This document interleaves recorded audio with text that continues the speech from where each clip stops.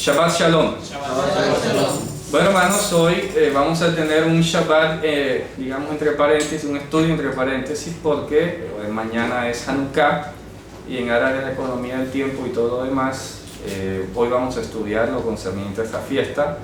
Hay algunos que quizás la van a escuchar por primera vez, otros que de pronto tienen una idea un poco vaga, otros que necesitan responder preguntas, y por eso vamos a explanar todo lo necesario respecto a esta fiesta. Bien, lo primero que hay que decir es que no es una fiesta que Dios haya ordenado de manera de su boca. Nunca salió que se celebre el día 25 de Kislev, porque es la fecha.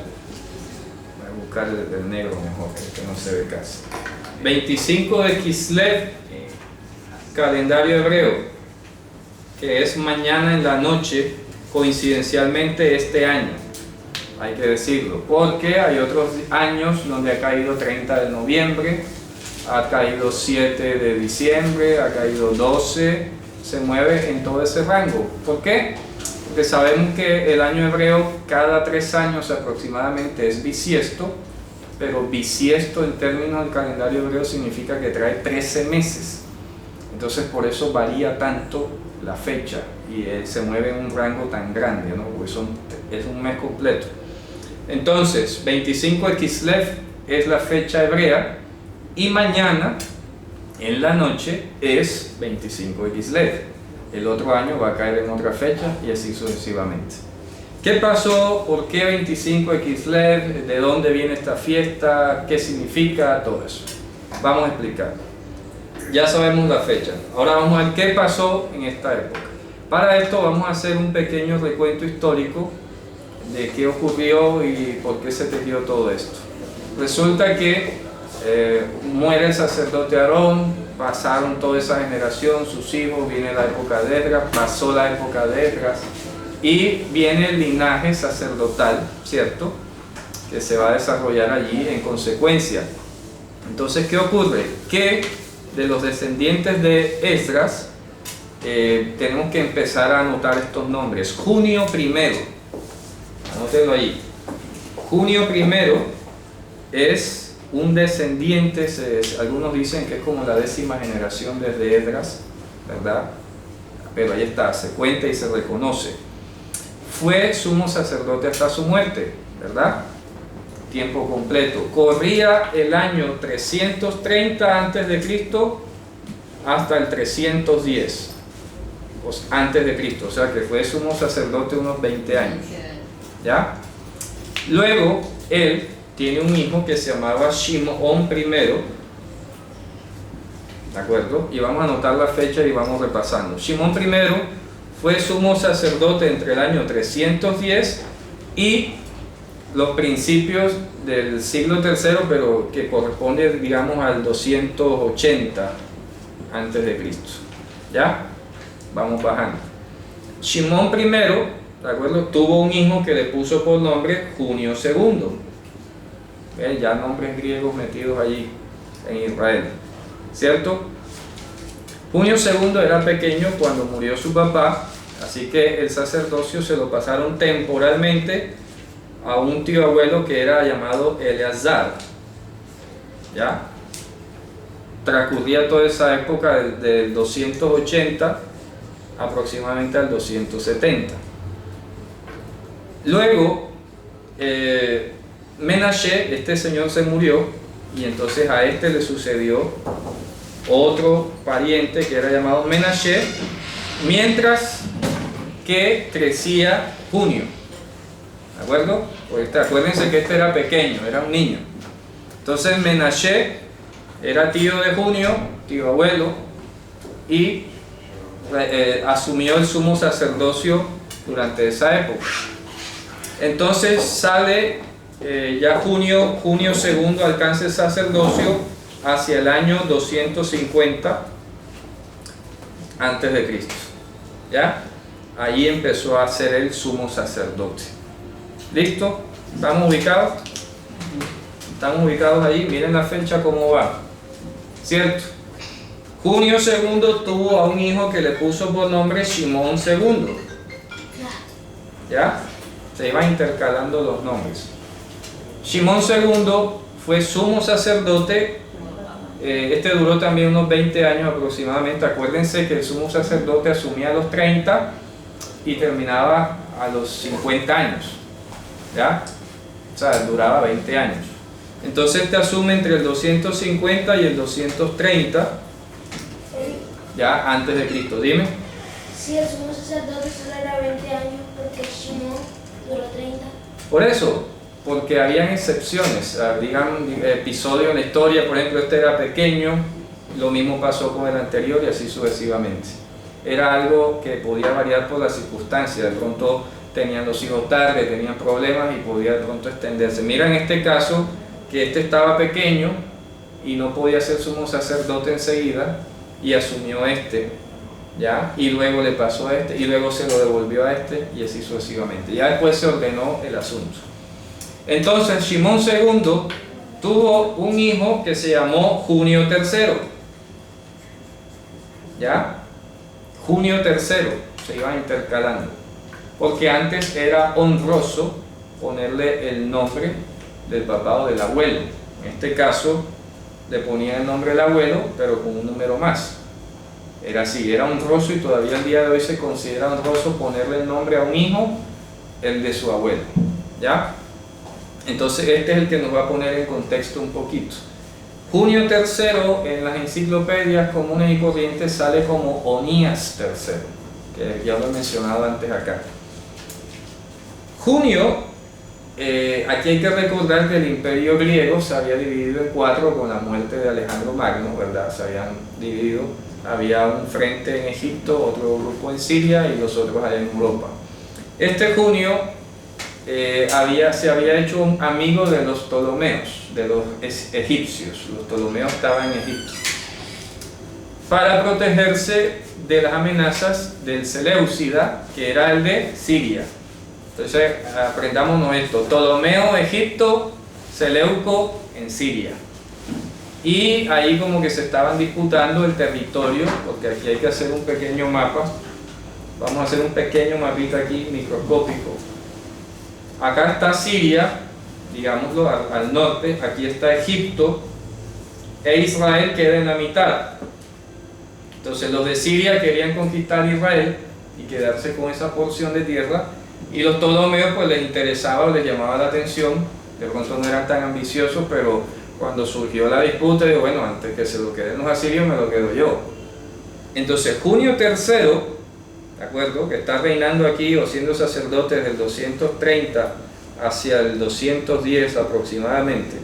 Ese era el periodo que le tocaba reinar, ¿cierto? Hizo alianza con los Ptolomeos, o sea, con los egipcios. Digo, vamos a protegernos de la amenaza de los sirios. Que aunque suene muy árabe, en este momento de la historia Siria era un imperio griego, era un brazo griego, y hablaban griego y su cultura era griega. Eso de árabe apareció mucho tiempo después, muchísimo tiempo después, ¿ya? Ese pasado de asirio, que hablaban arameo, ya se había borrado el mapa, y en este momento estaban imperando los helenos, los helénicos. Ya saben, hablaban griego, cultura griega, mitología griega, todo lo que quieran. Y este eran egipcios, no había nada bueno ahí.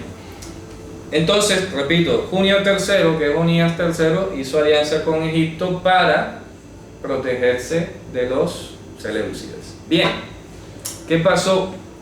En el año 175, este Onías viajó a Siria, ¿ya?, para ver qué negociaban, ¿cierto? Entonces, en ese momento histórico reinaba Seleuco, ¿verdad?, IV, pero no lograron negociar mayor cosa. Entonces Seleuco IV muere y su hijo viene a ser el famosísimo Antíoco Epífanes IV. ¿Ya? Fíjense ustedes. Entonces este señor asume el poder. Ya ha pasado hasta el año 175 antes de Cristo. ¿Y quién gobernaba Israel en ese tiempo? En ese momento viene a gobernar un señor que se llamaba Jasón. Jasón. Sí, Jasón, según dicen, es la forma helenizada o griega de decir antiguamente Yehoshua. ¿Ya? Entonces, para que sonara griego, en vez de decir Jesús, que Yehoshua, este se puso güey Jasón. ¿Y por qué le ponen el nombre griego? Porque era parte de, como hoy, parte del estilo.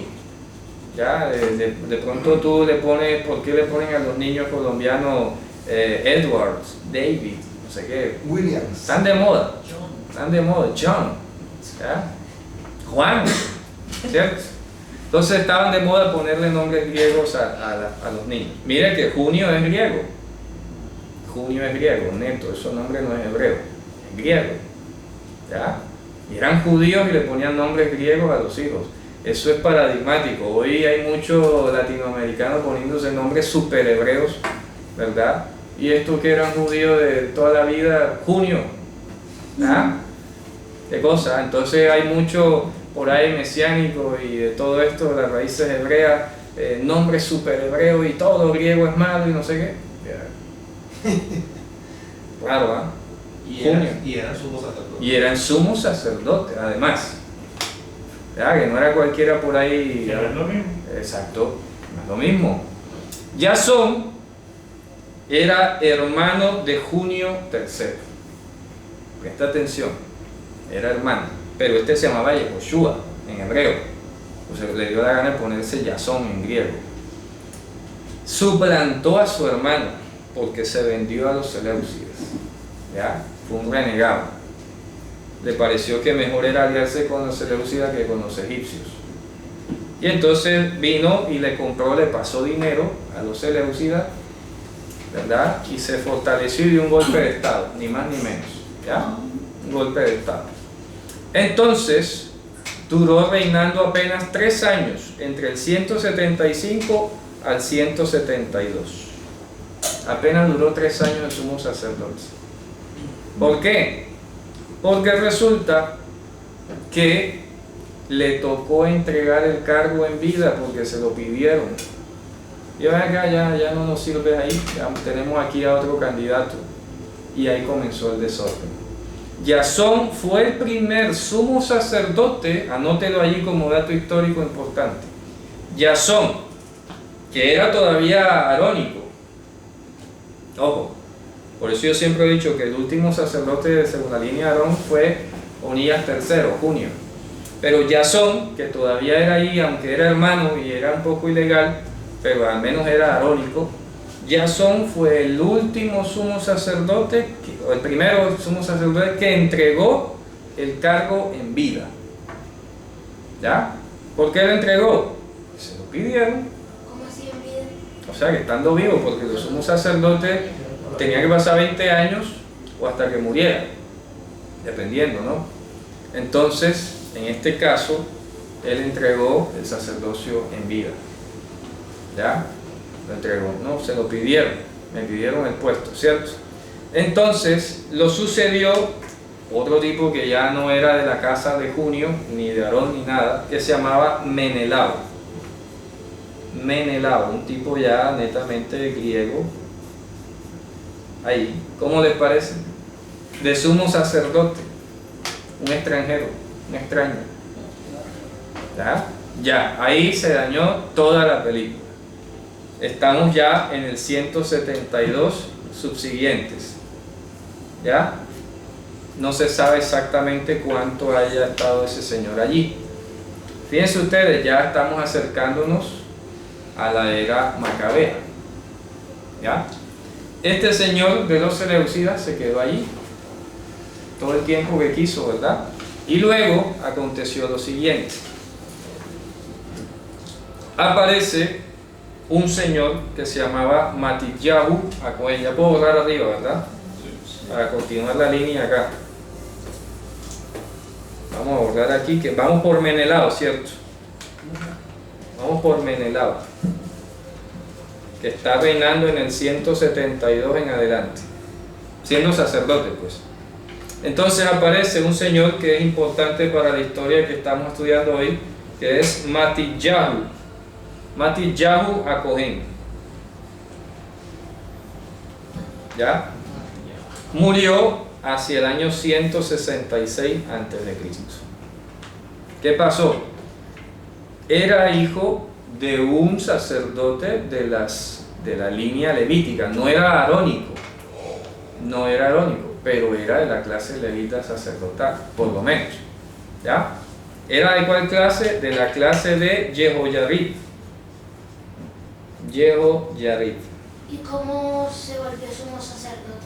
No, él no era sumo sacerdote. Aquí dice el sacerdote, nada más.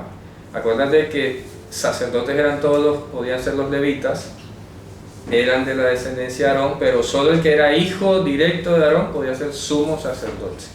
¿Y todavía el sumo sacerdote Y era venerado? Sí, claro, todavía aquí. Claro, porque está en el periodo. Este murió cuando este todavía estaba reinando. Entonces, ¿qué ocurre?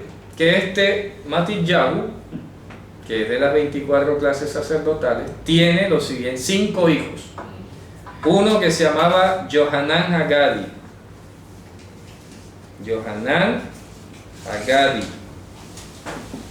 Otro que se llamaba Shimon Hatarsi. ¿Ya? Otro que se llamaba Yehudá Maccabi. Y ahí donde ya va cogiendo historia nuestro relato.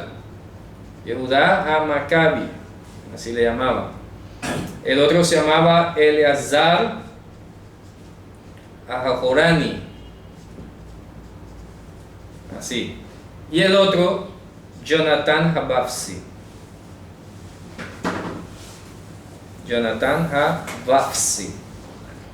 Así. Esos eran los 5 hijos de Matityahu.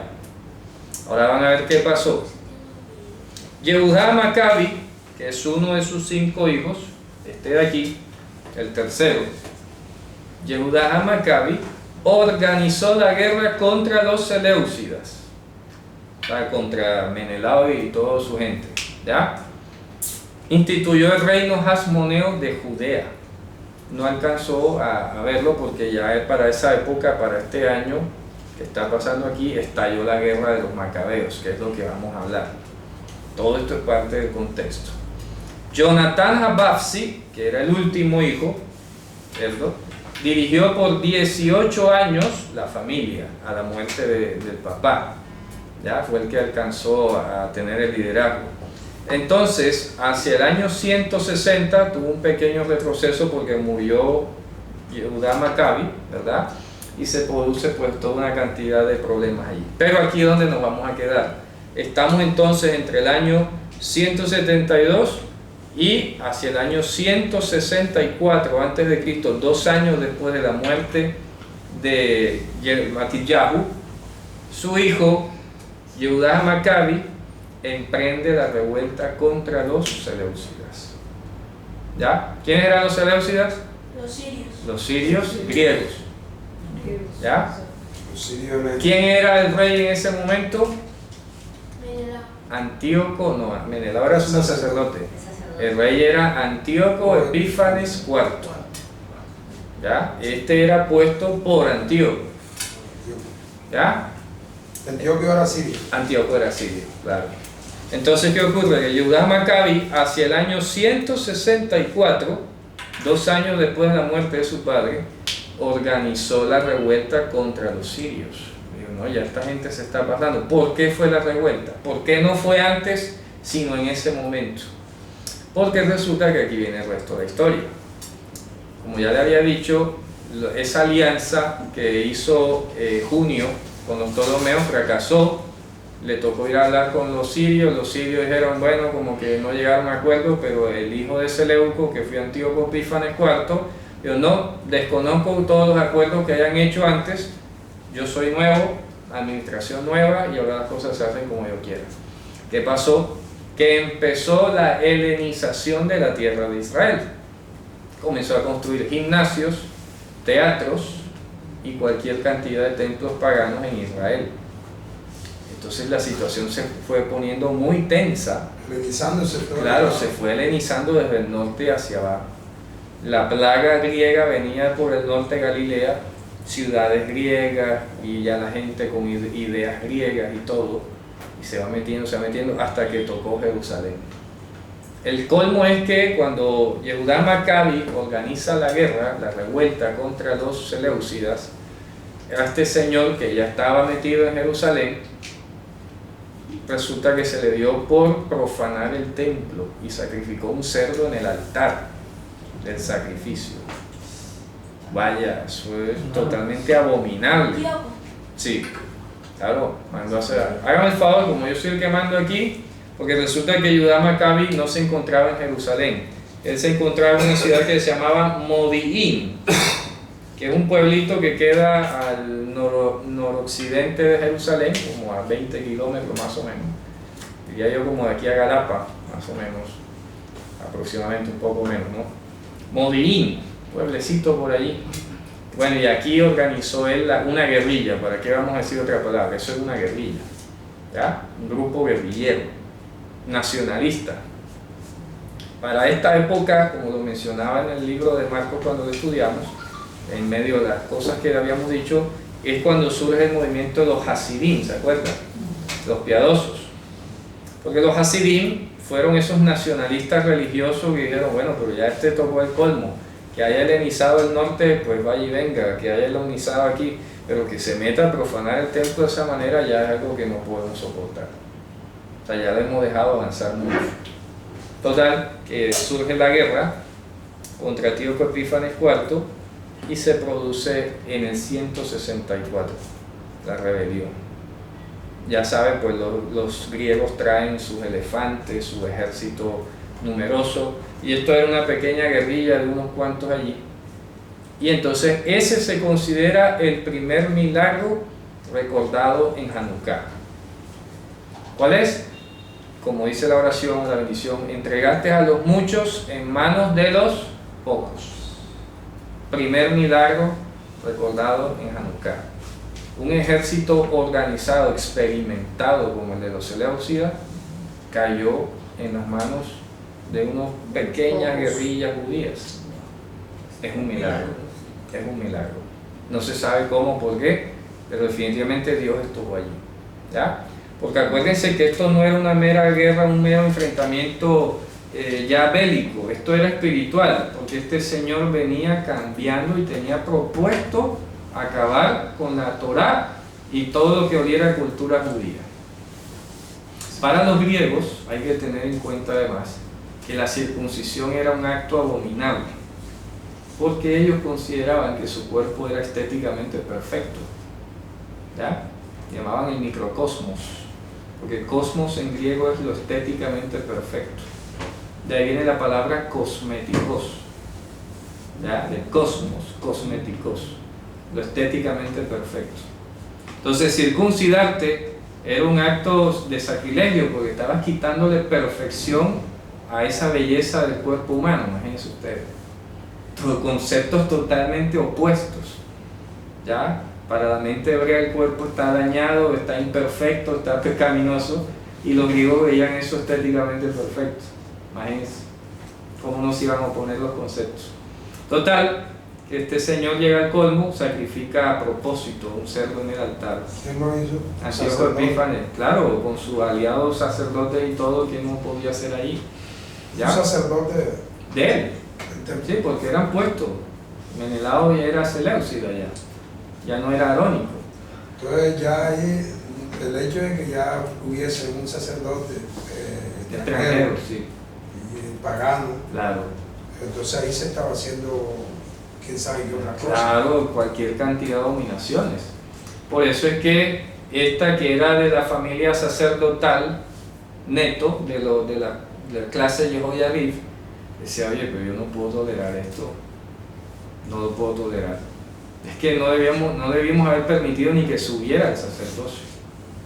No sé qué nos pasó, se nos metió eso allí, pero ya no podemos resistirlo. Total, que este señor inició la resistencia, pero es su hijo quien se llena de valor y de nuevo, listo, vamos, y armó la guerra. ¿Ya? Estamos hablando del 164 a.C. Entonces el primer milagro, repito, fue que el ejército de muchos fue entregado en manos de unos pocos. Primer milagro en orden histórico. Bien, resulta que, como ya lo hemos dicho, efectivamente ganaron los judíos, porque así le plació a Dios. Entonces ya una vez establecidos en el templo, se dice que esta guerra se terminó de sellar después del mes séptimo. Se dice en el libro de los Macabeos, que ellos les tocó celebrar la fiesta de Sukkot en las montañas. No lo pudieron hacer en Jerusalén, como manda la Torá. Recuérdense que Sukkot es una de las fiestas de peregrinación en Jerusalén, pero como Jerusalén estaba tomada, todavía no la habían liberado, no la pudieron celebrar en Jerusalén. ¿Ya? Les tocó en las montañas donde estaban todavía escondidos planeando la emboscada y todo. Entonces sucedió entre el mes séptimo y el mes noveno, que es el mes de Kislev, ¿cierto? Tenemos Tishrei, Mareshvan, Kislev. En ese periodo trazo de dos meses y medio, se logra conquistar Jerusalén, poseerla, dominarla, y es cuando se inician entonces las labores de restauración del templo. Es por eso que surge la palabra Hanukkah, porque Hanukkah tiene dos significados. Miren, Hanukkah en hebreo se escribe tradicionalmente así: Hanukkah. Si no se escribe así, ya no se diría Hanukkah, sino Hanukkah, porque hoy en hebreo moderno suelen agregarle una bab para que se entienda, pero ya no, gramaticalmente ya no sería Hanukkah, sino Hanukkah. ¿Ya? Pasa es que bueno, ya ni modo, hoy lo escriben así y lo pronuncian Hanukkah, pero no sería correcto. Esto es porque esta vocal es breve y se compensa con un dagesh aquí, que protege la vocal corta. Esas son reglas de ortografía hebrea. Pero si ya yo escribo así, ya no tendría por qué ponerle el dagesh, ya no lo necesito. Pero igual ya hoy se escribe así, lo dicen Hanukkah. Hanukkah significa dos cosas, ya lo había dicho, porque viene de la palabra hebrea Hanach.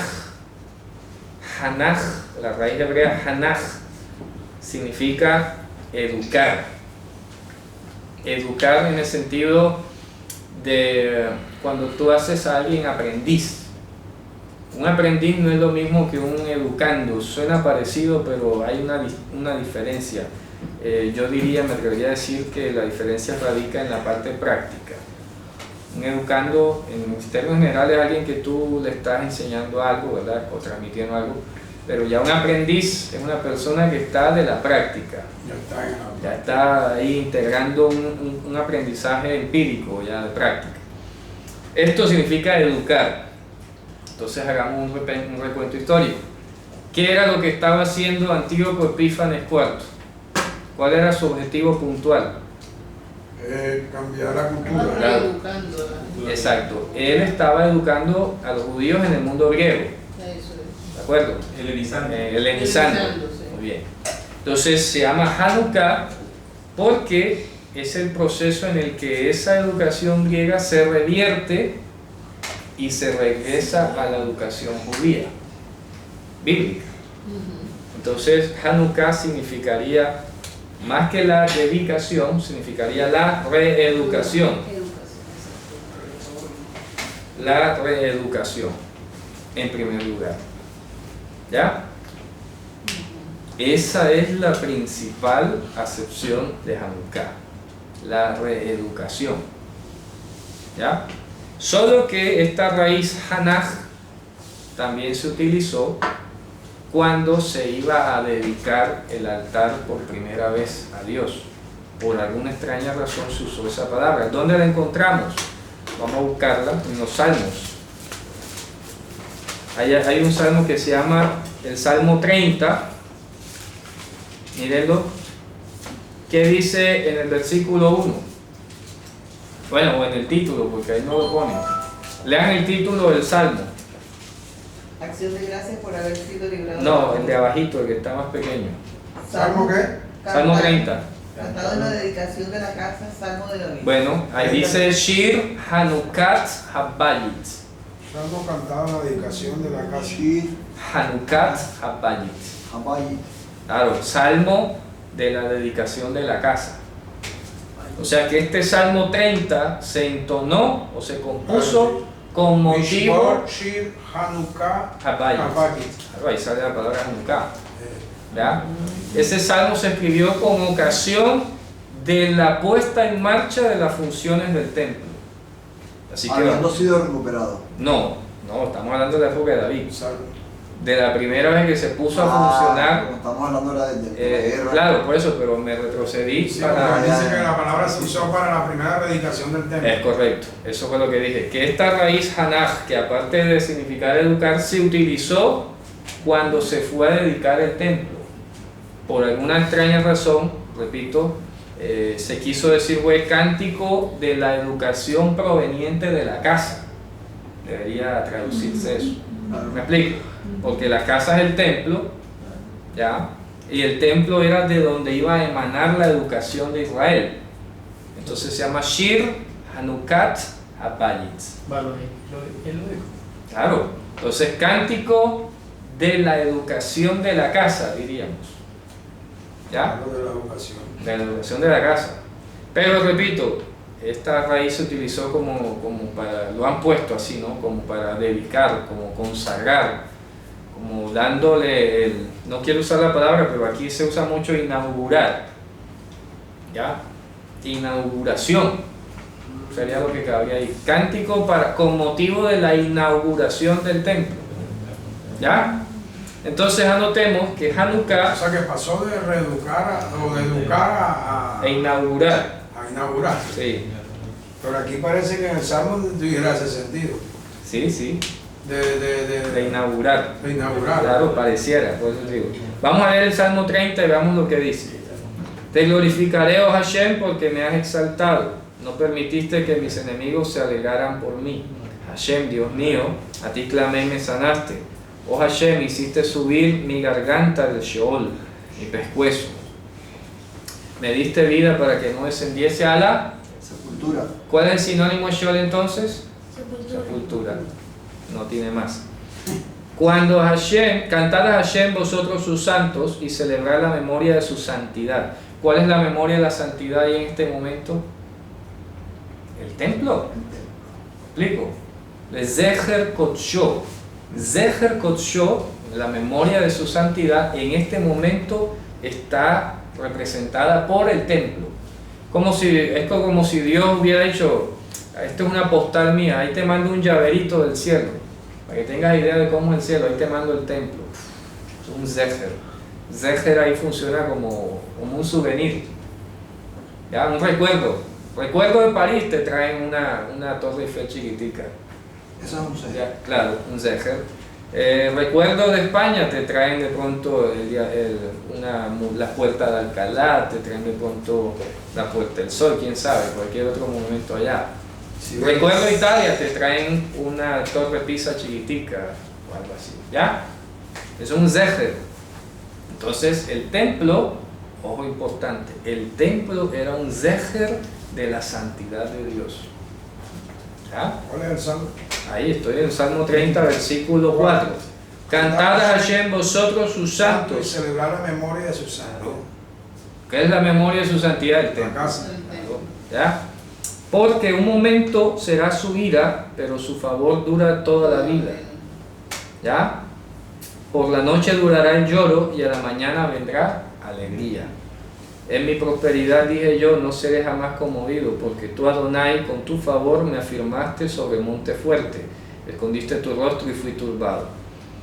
En otras palabras diría, si tú escondieras tu rostro, yo estaría turbado. Parece que no lo pone muy bien allí. A ti, oh Hashem, clamaré y a Adonai suplicaré. ¿Qué provecho hay en mi muerte cuando descienda a la sepultura? Te alabará el polvo, anunciará tu verdad. Ya está hablando de la resurrección. Oye, oh Hashem, y ten misericordia de mí. Hashem, sé tú mi ayudador. Has cambiado, ¿verdad? Pero se puede ver en el futuro. Cambiarás mi lamento en danza, ¿ya? Desatarás mi silicio y me ceñirás de alegría. Está hablando del futuro. Por tanto a ti cantaré, mire que en futuro, ¿ya? Por tanto a ti cantaré, gloria mía, y no estaré callado. Hashem, Dios mío, te alabaré para siempre. ¿Ya? Leolam Odeka. Yolán. Leolam Odeka, dice en hebreo. Odeca. ¿Y por qué Odeca? Odeka, del verbo ode, que es agradecer. te confesaré. Entonces miren, Perdón, ¿y Leolán Baez qué es? Leolán Baez es por este mundo y la eternidad. Entonces por lo menos el Salmo está diciendo, Leolán Modeca es por tiempo escondido, indefinido, yo te daré gracias. ¿Ya? Entonces estamos viendo que la palabra Hanukkah sale en la Biblia en este Salmo. ¿Ya? Que está referido, en español suena como la inauguración del templo, pero yo prefiero seguir siendo la educación de la casa, la que proviene de la casa. Dígame, hermano. Estamos viendo en la Biblia hebrea y termina en H sino en T. ¿Qué cosa? Constructo. Hanukkah, claro, está en constructo. Constructo. Claro, está en constructo, ya eso es el caso gramatical del constructo, ¿no? Hanukkah Bayit, está en constructo. Muy bien, eso es así. Entonces, el segundo milagro de Hanukkah, que como lo podemos ver, el primero fue, entregó lo mucho, hermano de poco. El segundo, en orden histórico, es que pasó la fiesta de Sukkot, pasó el mes octavo, pasó el mes noveno, cuando ya en el mes noveno, que es el mes de Kislev, se gana la guerra. Entonces empezaron las labores de la Hanukkah de la casa, en el sentido de la inauguración del templo. Bueno, vamos a rehabilitarlo, sería la palabra. Vamos a rehabilitar, me gusta más esa palabra en vez de inauguración. La rehabilitación. Claro, porque rehabilitación está más ligado a educación. ¿Ya? ¿Sí o no? Está mucho más ligado. Porque tú te educas y estás habilitado para tal cosa. ¿Ya? Estás acreditado. Entonces, Hanukkah no digamos inauguración, sino rehabilitación. ¿Ya? Dentro de los procedimientos para rehabilitar el funcionamiento del templo, había que, ya ustedes saben, encender la menorá. ¿Cuántos brazos tiene la menorá? 7. 6. 7 con el del centro, porque Y el del centro la del dice- árbol 7. no, pero es que ahí hay que aclarar eso, por eso lo voy a mencionar ahora. La Torá sí le llamó, y según los diseños más antiguos, la menorá era así, porque eran 7 cañas. Las cañas no son curvas, ¿ya? Las cañas son rectas. Y la Torá menciona 7 cañas. O sea que Dios sí contó 7 en total. ¿Ya? El milagro, el segundo milagro de Hanukkah consistió en que había, según dice la Gemara, había aceite para un solo día, aceite certificado, porque era aceite extra fino de oliva que se tenía que preparar, y con tanta guerra pues no había aceite suficiente. Se encontró un cántaro que estaba con el sello, que lo tenía que verificar el sacerdote y todo. Y bueno, a pesar de que ya no era un sacerdote lícito, pero ahí estaba el sello y contaba como eso.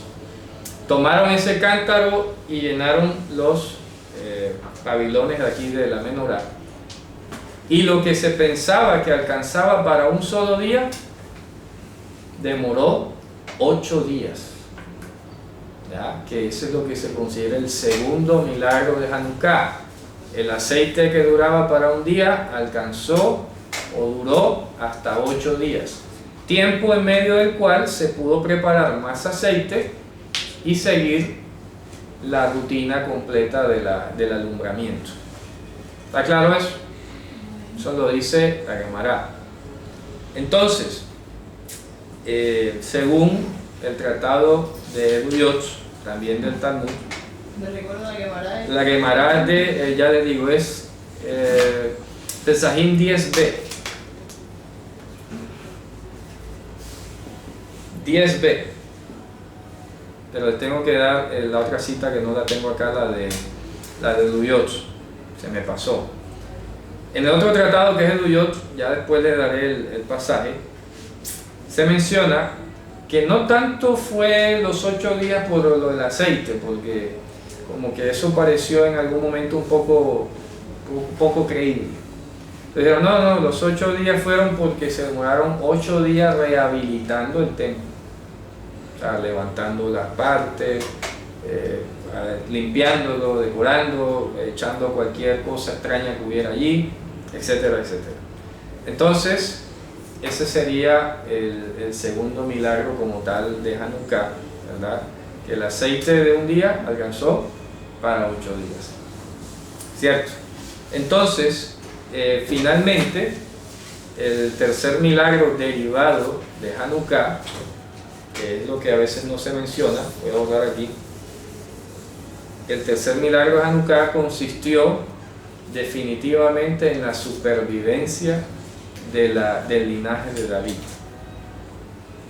de en medio del cual vino posteriormente Mashiach. ¿Qué habría pasado si se hubiese cortado el linaje de David en ese momento histórico? 164 años antes de Cristo. No había venido Mashiach. Por eso, como les decía al principio, más que una guerra, un conflicto bélico ahí entre dos reinos, esto era algo espiritual también. Porque si de pronto el rey Seleucida se hubiera tomado una venganza o algo, se hubiera sacado algún odio allí y ya hubiera matado a cierto grupo de gente, pero no hubiese atacado a la Torá, ni el linaje, ni nada de esto, pues habría sido otra cosa.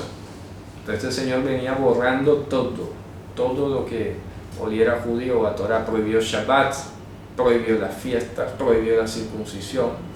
El que se lo vieran en Shabbat haciendo algo sospechoso, venga y lo mataban. Imagínense, ¿ya? Así que en ese momento se midió, claro, era un conflicto espiritual también. Entonces, ¿qué ocurrió? Pues se preservó el linaje de David también, y posteriormente vino Mashiach. Sencillo. Yo creo que ese es uno de los milagros más grandes que pueda haber. Que no haya desaparecido el linaje de David. ¿Está claro?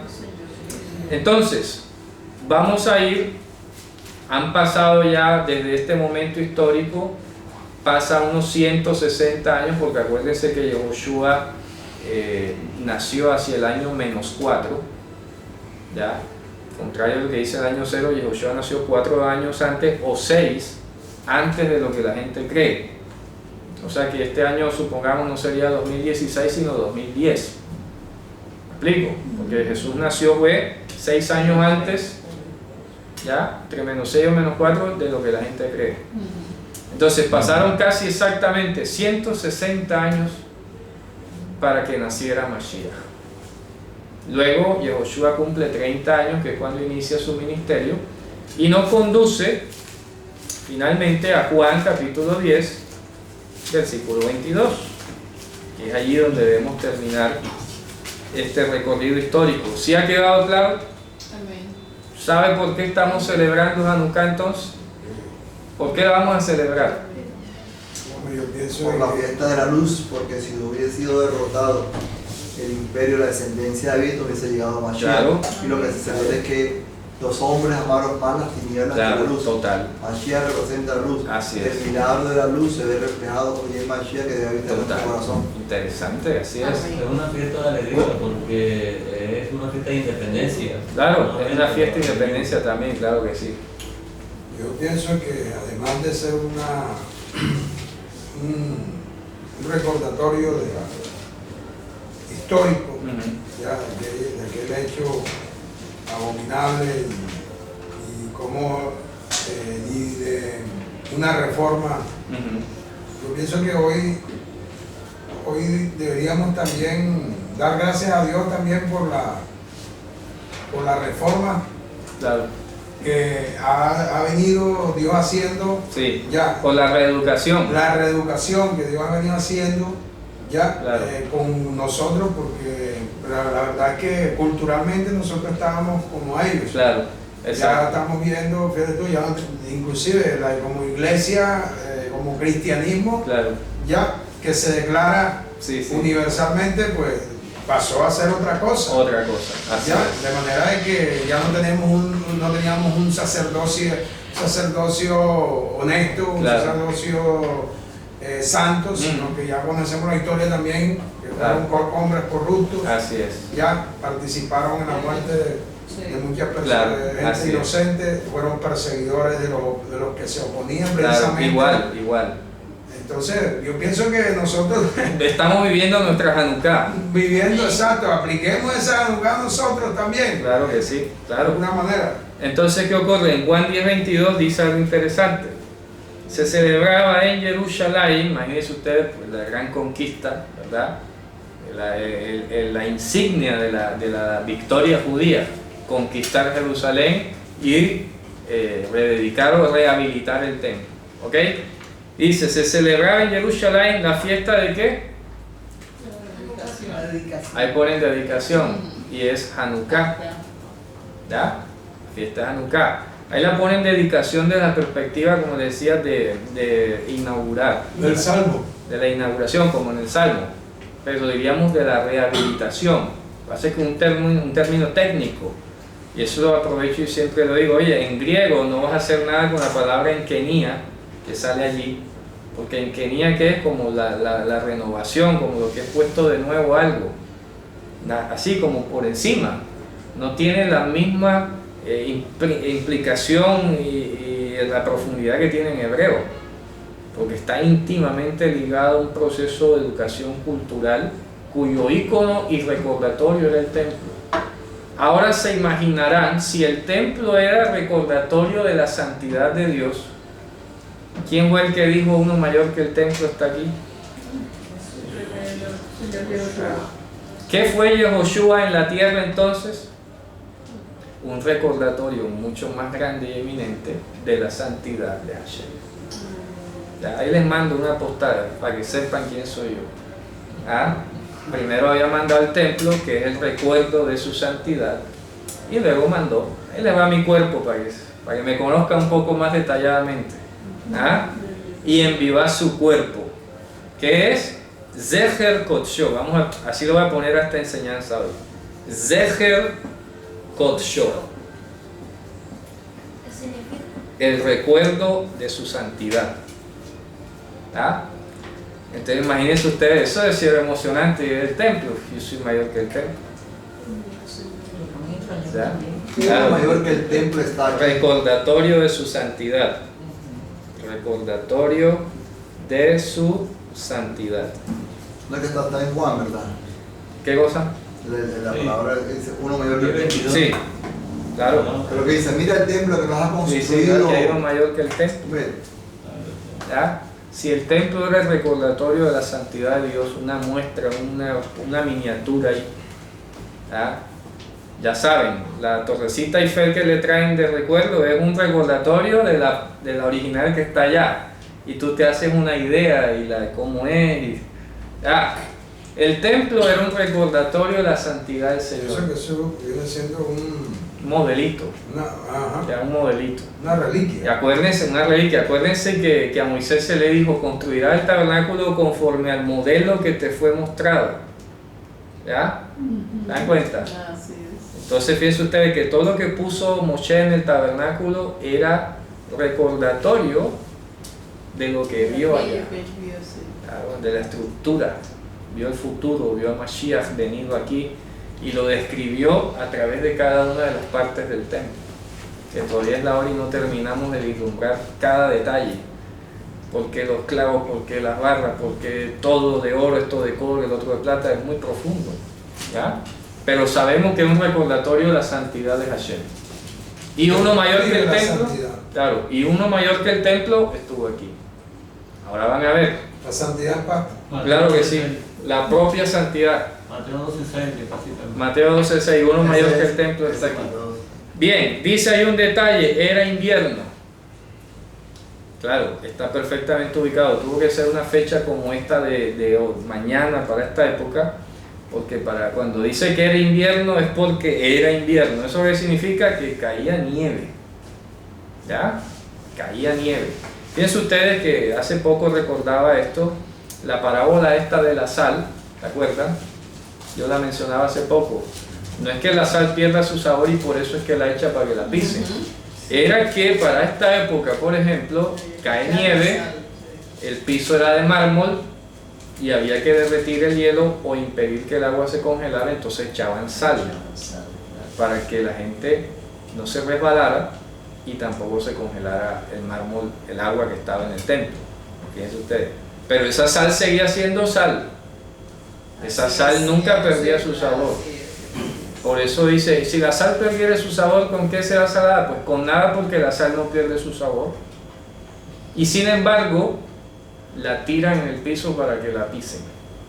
O sea, Claro, es que sí tiene la lógica, porque precisamente él termina diciendo Claro. que a pesar que no pierde, por el hecho de no perder su Claro. sabor, Sin se embargo- termina dando otro uso. claro, otro uso. Pero no porque ella pierde el sabor. Claro. Sin embargo, fíjate, se usa para eso. Se usa para eso Ya. otro. ¿Ya? Pero no porque... La tienes en la mesa para darle sabor y la tienes en el piso para que la pisen. O además, se podría decir. Complicado, ¿ah? O además. Entonces él nos compara a nosotros con la sal. Si ustedes son la sal de la tierra, ¿ya? Así que si tú te crees, como dicen ahora, yo soy hijo del rey, soy princesa del Señor, bueno, acuérdate que la sal la pisan también. Tienes que ser princesa que esté dispuesto a que la pisateen. Al punto Ya. que en muchas partes del mundo, cuando cae mucha nieve, Echan pasan sal. grandes y se echan cantidades de Claro. sal, y eso es parte del presupuesto. Claro. Comprar sal para Sí. disolver la nieve. Químicamente, la sal, cuando se echa al Y es agua, sal compacta. eleva el umbral de congelación. Entonces el agua se congela, digamos, a 0 grados, 4 grados, no sé, baja. Entonces se vuelve más difícil de congelar y eso permite que se mantenga líquida. Claro. ¿Ya? Derretir, Claro, porque se ese- usa derretir o evitar congelar. Lo que Cualquier- podría el helado hacer una alberca con una nevera, le echan sal y los helados se congelan, pero el agua permanece líquida. Es correcto, así. Así que fabrican los helados. Claro. Entonces fíjense Vacío.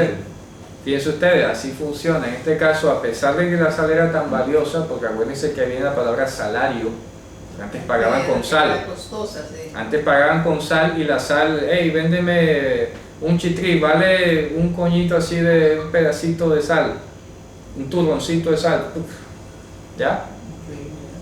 Pagaban con sal, ya. La Coca-Cola vale 2 turroncitos de sal, pagaban con sal, de ahí viene salario, los cubos de sal. claro, los cubitos. Pic, pic. Entonces, como sea la moneda para los romanos, ya se pagaba con sal, en el salario, claramente. Por eso había una discusión de que salario no es lo mismo que sueldo y no es lo mismo que retribución y bueno, una cantidad de cosas allí. El asunto es que era invierno, había nieve y que dice ahí, Yehoshua andaba en el templo. ¿Por dónde?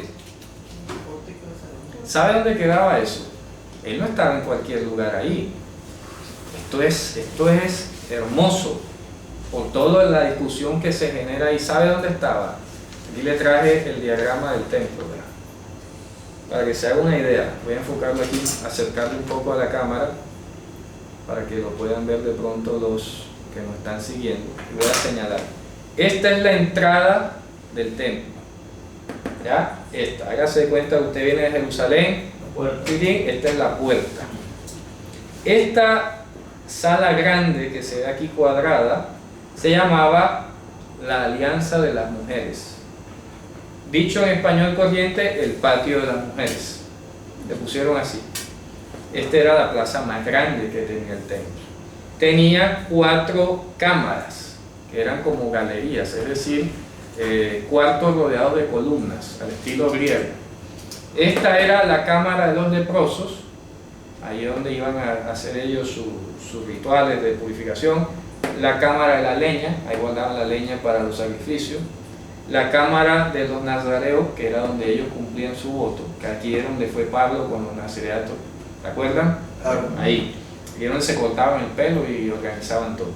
Y acá el cuarto del aceite, aquí guardaban el aceite y el vino del templo, para todos los efectos ceremoniales. Esta era la puerta de Nicanor, una puerta hecha en oro, que había donado un prosélito romano. Ya, voy a donar una puerta, y donó la puerta.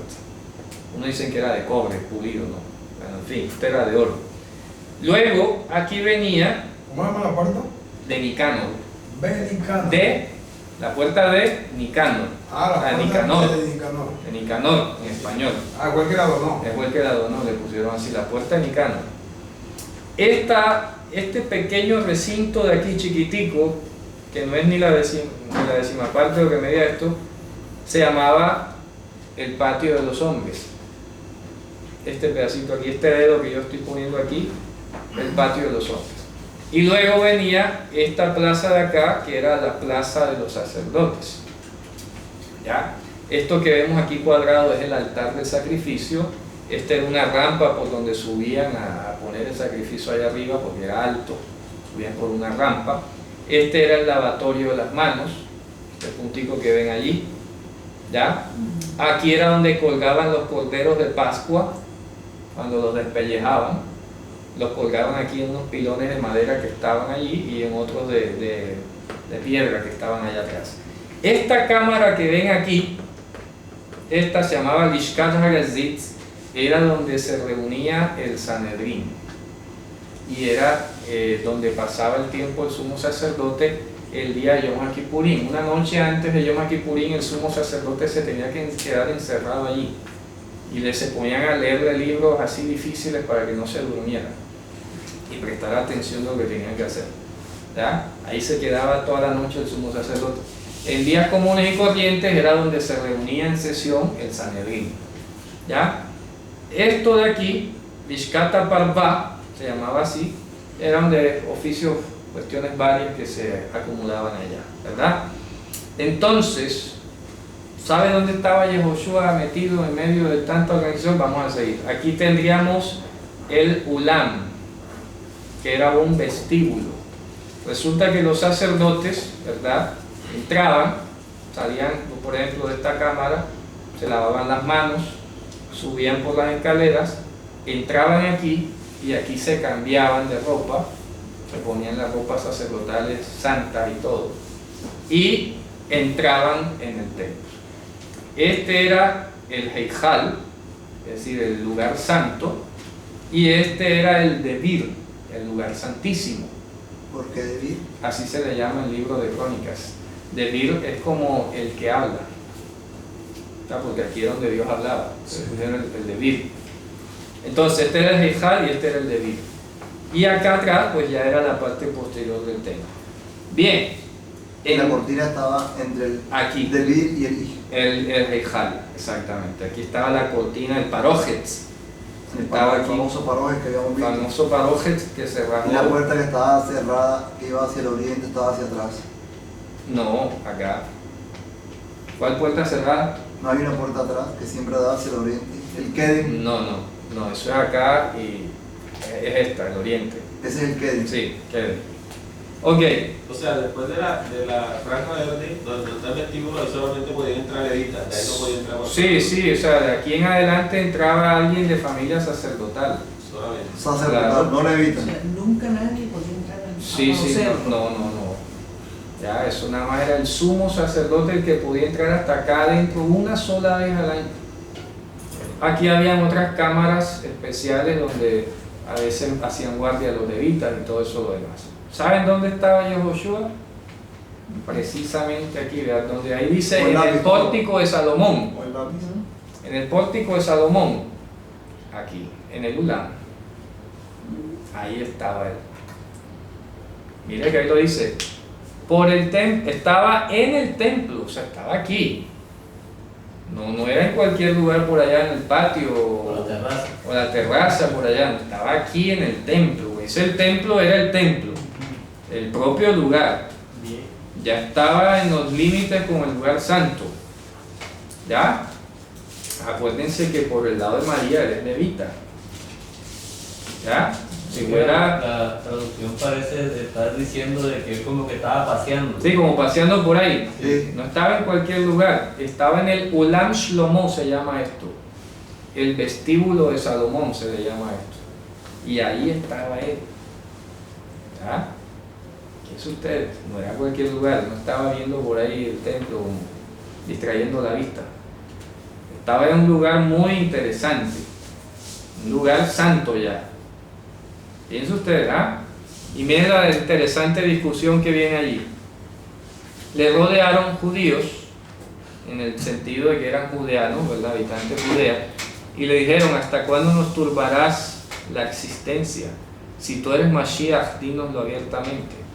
Y Josué le respondió, se lo he dicho y no me he creído, las obras que yo hago en nombre de mi fuente, de Abba, ¿te acuerdas?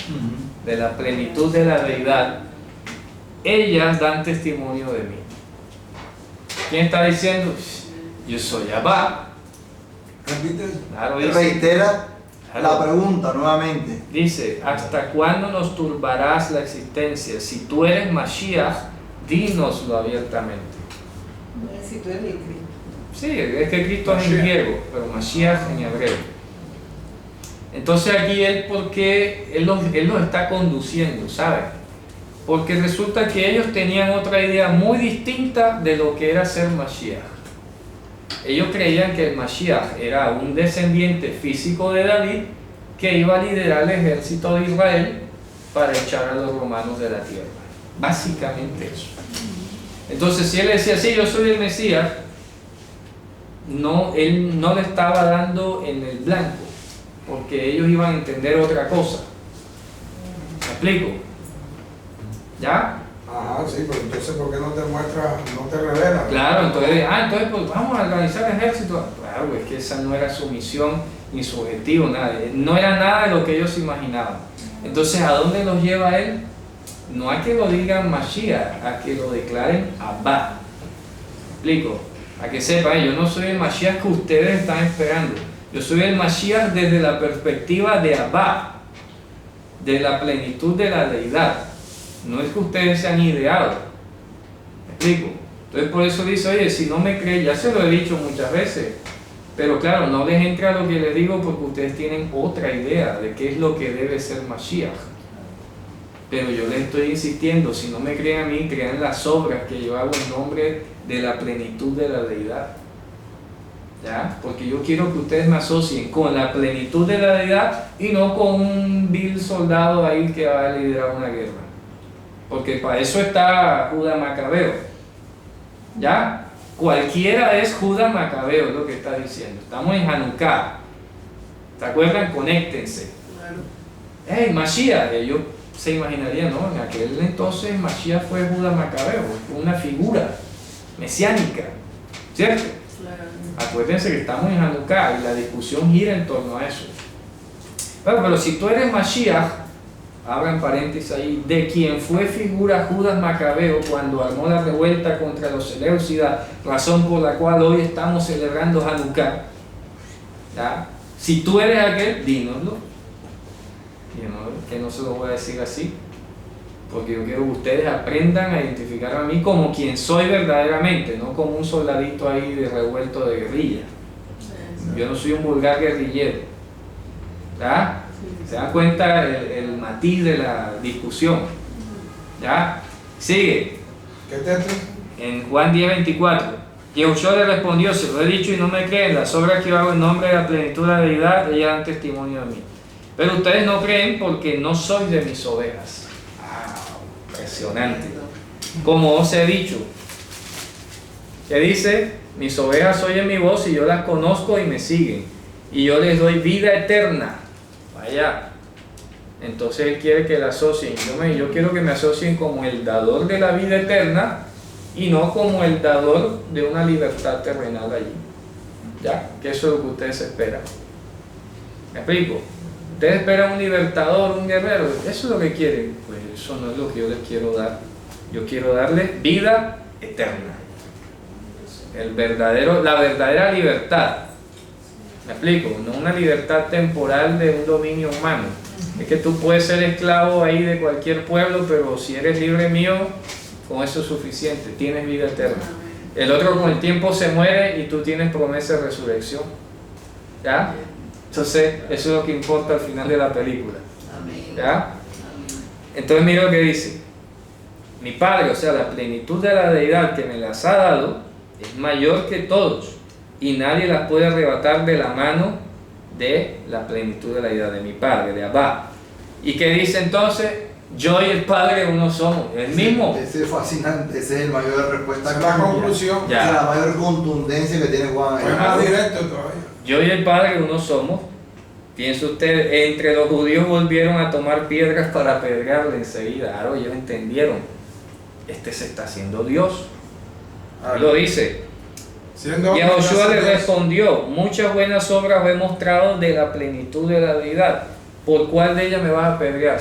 Por ninguna, sino por Y se le respondieron los judíos diciendo: por buena obra no te apedreamos, sino por blasfemia, porque tú siendo hombre te haces Dios. Vaya, que más ellos entendieron perfectamente el mensaje. claro. Este se cree Dios. Ah. Claro, él fue muy claro con todo lo que le dijo. ¿Ya? O sea, La plenitud de la deidad y yo somos uno solo. Uf. ¿Ya? Entonces por eso ustedes no me pueden estar asociando con Judas Macabeo. ¿Qué les pasa? Si eso no hay ni un punto de comparación.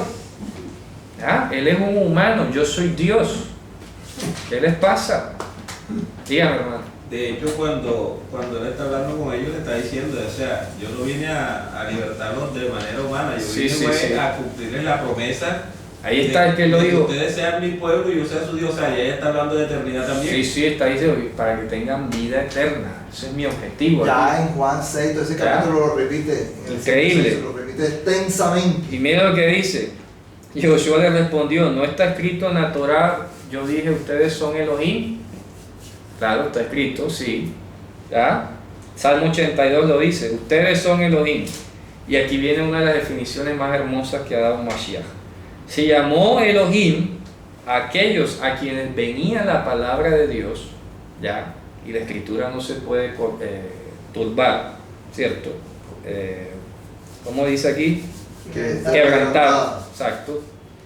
A aquel a quien la plenitud de la deidad santificó y envió al mundo, el mismísimo cuerpo de Dios. Ustedes le dicen blasfemia porque soy hijo de Dios. ¿Ya? No deberían asombrarse, porque a todo aquel a quien Dios le puso palabra en su boca se le llamaba como Dios. Elohim. Elohim, claro. ¿Ya? Se llamaba Elohim. ¿Y por qué? Porque era alguien a quien Dios le había hablado palabra. Era como un instrumento de Elohim, ¿ya? Pero se llamaba Elohim. Tú eres un Elohim, pero eso no lo hacía divino ni nada. Entonces Josué le dice: oye, pero deberían estarse acostumbrados, porque a cualquiera se le dice Elohim, ¿verdad? Pero aquí yo estoy diciendo simplemente que soy el heredero, el repartidor de la herencia de Dios. ¿Cuál es el problema? ¿Cierto? Dice: si no hago, ¿verdad?, las obras de la plenitud de la deidad de Abba, no me crean. Mas si las hago, ¿ya?, aunque no me crean a mí porque me ven como humano y no les cuesta trabajo pensar que yo sea Dios, ¿verdad? Crean a las obras para que conozcan y creáis que me es contundente. ¿Qué dice? Para que crean y vean, para que conozcan y crean que ¿qué? Padre. Que la plenitud de la deidad está en mí Y yo en él. y yo en él. O sea, uno solo. Solo. Se lo volvió a decir otra vez. ¿Ah? Para que crean y conozcan, sepan. Cosa. ¿Ah? Esto solo lo puede hacer Dios. ¿Cómo? Sí. Perdonar pecados, Sí, resucitar a los sí, muertos. sí. ¿Ah? Es como si mira, yo soy la vacía de la plenitud. Es correcto. Ya Claro, yo soy el recordatorio, Claro. como lo hablamos ahorita. Si el templo era un recordatorio, un souvenir que Dios mandaba de la eternidad, muestra de su santidad, dice: al que Abba santificó y envió al mundo, que viene directo de él, ¿ya? El templo lo hicieron manos humanas, acuérdense. ¿Quién me hizo a mí? Yo vengo de Abba directamente. Yo salí de allá. Solo dice Juan 6. Yo soy mayor que. Cuando dice: yo del Padre he venido, Yo el Padre es salido. he salido, yo de la plenitud de la deidad he salido, a mí no me hizo ningún humano. O sea, yo soy mayor que esa santidad. Claro, soy mayor que el templo. Pues lo hicieron obra humana. ¿Ya? Manos. Así es. ¿Cierto? Lo mayor que el templo está aquí. ¿Sí o no? Clarísimo. ¿Y qué dice? Es que eso es contundente. Para que crean y conozcan que Abba está en mí y yo en Abba. Somos uno solo. ¿Ya? Contundente. ¿Ah? Bien, que por eso aprovechó la fiesta de Hanukkah para enseñar eso. ¿Para qué cosa? Para definitivamente aclararles quién era Mashiach. ¿Quién es Mashiach? El recordatorio de su santidad. El más grande recordatorio, el auténtico. el verdadero Como si te recordatorio. estuvieran diciendo, bueno, o sea, como quien dice, no tengan temor cuando no vean este templo. este memorial. Claro, no se preocupe cuando esto sea destruido, porque ya yo estoy aquí, Ya. ya. Aquí estuvo Dios. ¿Ah? Algo mayor que el templo. Increíble, vamos a terminar con esta lectura. Procuraron otra vez prenderle, pero él se escapó de sus manos. Y se fue de nuevo al otro lado del Jordán, o sea que salió del templo, lo atravesó todo y cogió para allá. ¿Cierto? El lugar donde primero había estado bautizando Johanán, y se quedó allá. Y muchos venían a él y decían: Johanán la verdad ninguna señal hizo, pero todo lo que Johanán dijo de este era verdad. Y muchos creyeron en él allí. Ya no viéndolo como el libertador guerrero, como el guerrillero revoltoso, sino como la imagen del Dios invisible. Aleluya. ¿Está claro eso? Muchos creyeron. ¿Está claro, hermano? Amén. Entonces, cuando dice que creyeron, él ya no lo creyeron como un cualquier Mashiach, lo creyeron como Dios. Profundo, ¿ah? Usted es Dios, está aquí. Claro, eso es hermoso. Así es. O sea, quién sabe quiénes serían esas personas, pero me imagino que si estarían aquí con nosotros, nos estaríamos abrazando. ¿Ah? Oiga, vimos al Padre, estuvo aquí, la vida estuvo manifestada aquí. Así es. Vivimos su gloria y todo. Hermoso, ¿eh? Amén. Bueno, hermano. Cuando dice una pregunta en el 36, al que el Padre santificó, Claro. Si la plenitud de pero la sigue vida. siendo el lenguaje de él como una tercera persona, y no No. dice a mí. Repito, por eso está hablando de él. Es lo que se llama como hablar retroflejadamente, como usar la tercera persona. Correcto, pero me llama la atención la literatura del copista cuando él escribe, pero parece que fuera un lenguaje, habla en primera persona y después habla en tercera persona, Claro, es lo que yo exacto, resalto está ahí. hablando de él. Eso la en hebreo. literatura. Eso es hebreo muy propio. Pero es que lo viene trayendo y él remata con la frase: el Sí. Padre y yo uno solo. Claro. Pero, Eso perdón, lo remata y me encanta cuando dice yo y el Padre somos, o sea que antes hablaba de yo y después habla de tercera persona. Claro. Y el copista, quien escribe eso, fue porque alguien le dijo que eso ocurrió. Claro, sí. Porque hay que entender que fue ocurrido Sí, históricamente. pero es que aquí está hablando Yehoshua directamente, aquí no está hablando del copista, está hablando Yehoshua, eso es estilo hebreo de hablar. Ahora, ¿Ya? ¿quién copió esto para entender que eso lo dijo Yehoshua? Obvio, vuelvo y te digo, El la apóstol. palabra fiel, el apóstol escribió eso El testigo. y es palabra claro, porque esta es Por eso la verificada. pregunta, Juan fue testigo de este acontecimiento.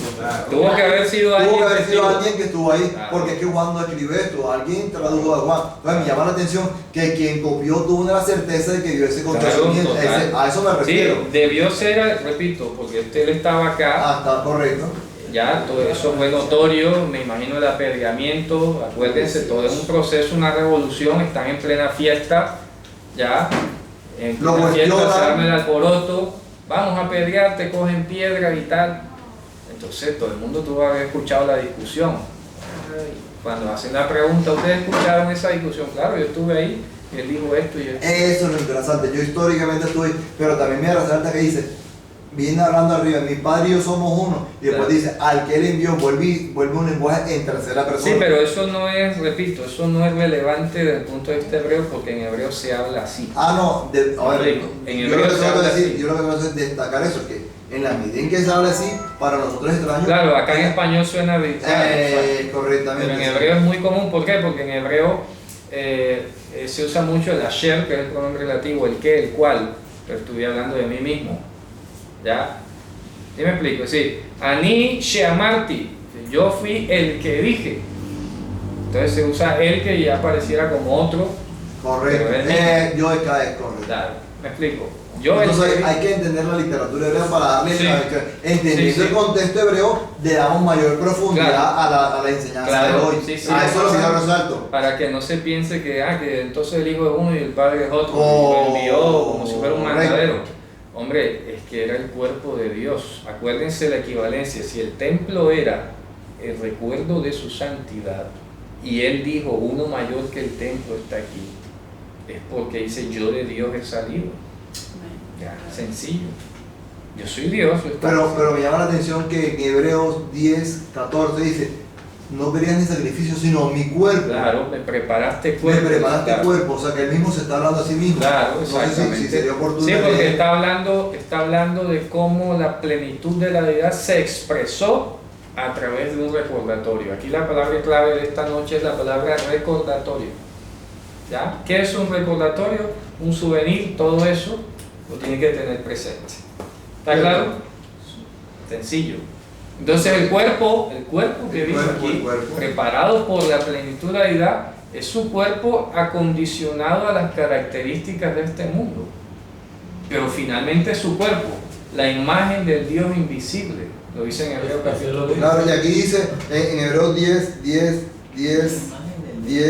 Sí, no iba a dejar de ser Dios. Claro, ¿cierto? claro. Dice 10:9, y diciendo luego, he aquí vengo, oh Dios, para hacer tu voluntad. Quítalo primero para establecer esto último, Claro, que es sí. lo último. O sea, Sí. los sacrificios. Los sacrificios, cuando dice, en esa voluntad somos santificados mediante la ofrenda del cuerpo de Jesucristo, Ahí está. hecha una vez para Es siempre. correcto, el cuerpo. Es su cuerpo, por eso le Ofrenda, la enseñaba. ofrenda del cuerpo. Claro, yo le enseñaba, ¿se acuerdan? Con los sacrificios, el corbán. El corbán, El claro. corbán. Ahí está clarísimo. Oye, pues es hermoso que ya nos entendamos. 10:29. Ya nos entendemos el lenguaje y todo, ¿ah? Ese 10:29 en Palma aquí. Ya yo digo corbán y ya todo el mundo entiende. Amén. Qué bueno. Los apóstoles reconocen lo que tuvieron frente a él y dijeron ser testigos, dice lo que hemos visto, lo que Claro. hemos oído Tocante al verbo de vida. Porque la vida fue manifestada. Claro. O sea, ellos ya reconocen o entienden de que Pablo lo dijo, si a Mashiach conocimos sobre la carne, ya no lo conocemos así. Exactamente. Ellos ya declaran. Claro, ya no es ningún siervo sufriente, ahora es su majestad el Mesías. Aleluya. Amén. Bueno, hermanos, Shabbat Shalom.